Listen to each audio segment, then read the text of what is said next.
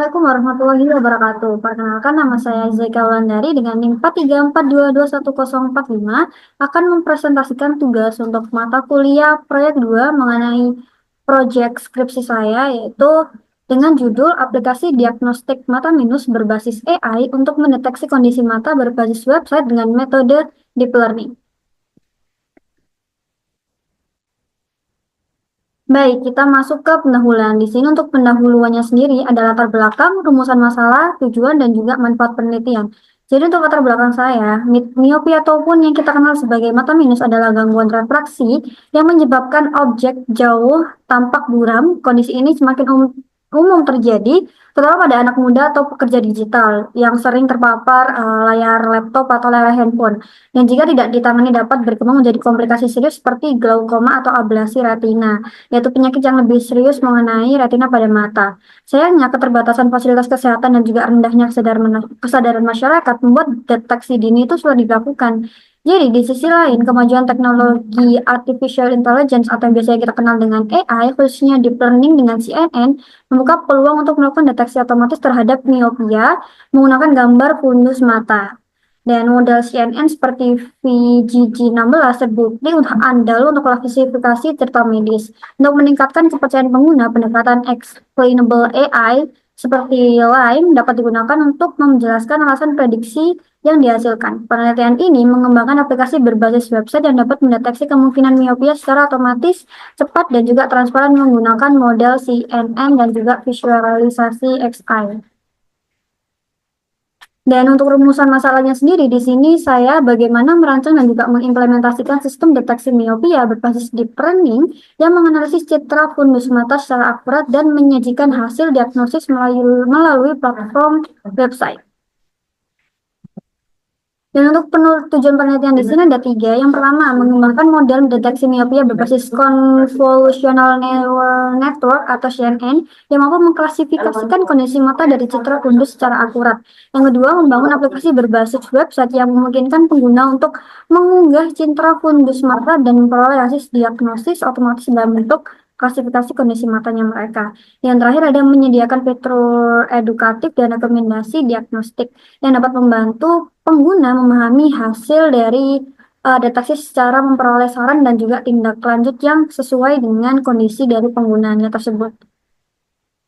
Dan untuk manfaatnya di sini ada dua, yaitu bagi pengguna dan juga bagi dunia medis. Yang pertama, memberikan akses deteksi dini miopia secara cepat dan juga praktis tanpa perlu alat optik khusus.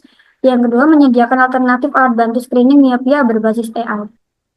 Baik, selanjutnya Kakak akan membahas mengenai tinjauan pustaka. Jadi di tinjauan pustaka ini saya akan menjelaskan mengenai penelitian terdahulu dari jurnal-jurnal yang sudah saya baca dan juga mengenai definisi-definisi yang perlu saya jelaskan. Yang pertama mengenai definisi di sini saya menjelaskan miopi itu adalah suatu kelainan refraksi mata yang menyebabkan penglihatan kabur saat melihatnya, dan gangguan ini terjadi karena cahaya yang masuk itu difokuskan di depan retina, bukan tepat di atasnya. Terus yang kedua ada fundus mata. Untuk dataset saya adalah bagian belakang bola mata yang meliputi retina, saraf otak, dan juga pembuluh darah. Dan gambar fundus ini sering digunakan dalam diagnosis penyakit mata termasuk miopia, dan memang sering saya temukan di dalam jurnal-jurnal itu mereka memakai dataset fundus mata. Dan ada artificial intelligence atau AI, itu adalah bidang ilmu komputer yang meniru kecerdasan manusia, salah satunya untuk pengenalan pola dan juga klasifikasi data visual. Dan deep learning adalah bagian dari AI yang menggunakan jaringan saraf tiruan dalam deep neural networks termasuk convolutional neural network yaitu CNN untuk memproses data gambar secara otomatis. Dan aja VGG16 adalah arsitektur CNN populer yang memiliki 16 lapisan dan dikenal paling efektif dalam tugas klasifikasi citra medis karena kemampuannya mengekstraksi fitur visual dengan baik. Yang sebenarnya saya tidak serta-merta langsung memakai FGG16 ini, dan itu keputusan saya karena melihat jurnal-jurnal yang sudah membandingkan beberapa metode. Yang paling terbaik itu adalah VGG16 ini. Dan yang terakhir ada explainable AI atau saya XAI adalah pendekatan dalam AI yang bertujuan menjelaskan alasan dibalik keputusan model, yaitu salah satu teknik CAI adalah LIME yang memberikan visualisasi lokal dari prediksi model agar lebih mudah dipahami oleh pengguna.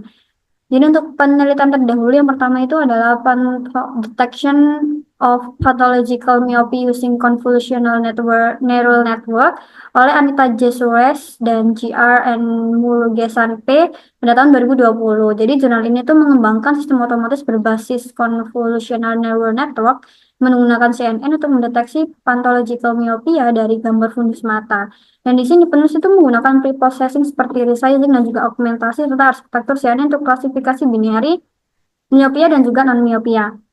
Dan dataset yang digunakan adalah berasal dari Palm Challenge 2019 yang terdiri dari gambar beranotasi dan model CNN yang dibangun mencapai akurasi deteksi yang tinggi dan menunjukkan potensi penggunaan dalam praktis klinis untuk mendeteksi myopia secara cepat dan efisien. Oleh karena itu, kenapa saya menggunakan metode CNN. Selanjutnya ada Pathological Myopia Image Analysis Using Deep Learning oleh Dev Daje dan juga Eswarik R pada tahun 2019. Jadi penelitian itu juga bertujuan menganalisis citra retina pasien dengan pathological myopia menggunakan pendekatan deep learning dan metode yang digunakan sama yaitu CNN untuk klasifikasi antara citra patologi dan juga non patologi serta unit untuk segmentasi fitur penting seperti disk optik, fovea, dan juga lesi retina. Dataset berisi 400 sampel dari ISB digunakan untuk pelatihan dan juga evaluasi, dan hasilnya menunjukkan bahwa pendekatan ini memberikan performa yang sangat kompetitif sehingga bermanfaat sebagai alat bantu diagnosis berbasis komputer dalam skala besar. Baik, itu merupakan penelitian terdahulunya. Selanjutnya kita mulai bahas mengenai metode penelitian yang saya gunakan. Jadi di sini saya menjelaskan datasetnya, desain penelitian saya, dan juga penjelasan mengenai langkah-langkahnya bagaimana saya mencapai hasilnya. Baik, di sini untuk desain penelitiannya, yang pertama di sini untuk yang tahapan yang pertama itu kita myopia dataset identification dan juga preprocessing. Jadi di sini kebetulan untuk saya mengambil datasetnya tuh di Kaggle dan nanti ada myopia dan juga non myopia. Setelah itu di preprocessing dan juga di balancing antara myopia dan juga si non myopia, resizing dan juga resolving. Setelah itu tahap kedua yaitu deep learning model development menggunakan AI dan juga model CNN tadi dan juga FGG16 tadi. Dan juga di compilation the model dan juga di akurasi. Di sini saya menggunakan recall F1 score dan juga ada selanjutnya di tahap ketiga yaitu XI model development-nya yaitu local interpretable model agnostic explanation yaitu LIME, dan juga setelah itu tahap yang keempat yaitu user interface system. Di sini saya memakai Gradio yaitu Python package gitu untuk fundus matanya. Itu untuk tahapan secara penjelasan di sini pilihan ini terdiri dari 4 tahap utama seperti yang tadi. Pertama, data citra fundus mata itu diunduh dari Kaggle Myopia Image Dataset F2 dengan total 124.794 gambar terdiri dari kategori myopia dan juga non myopia. Dan data tersebut kemudian diproses melalui tahap resize, normalisasi yang juga dibagi menjadi data training dan juga data testing 80 sama 20. Dan setelah itu tahap kedua dalam pengembangan modelnya diplomnya menggunakan arsitektur CNN FGG16 tadi dengan pendekatan transfer learning yaitu model dikompilasi dan dievaluasi menggunakan metrik seperti akurasi, presisi, recall, dan F1 score. Setelah itu pada tahap ketiga di sini diterapkan metode explainable AI yaitu yang tadi LIME untuk memprediksi visualisasi penjelas dari hasil prediksi sehingga pengguna dapat memahami area penting dalam gambar. Yang terakhir dibangun antarmuka berbasis web menggunakan Gradio yang memungkinkan pengguna mengunggah gambar fundus dan mendapatkan hasil deteksi beserta visualisasi XI tadi secara langsung.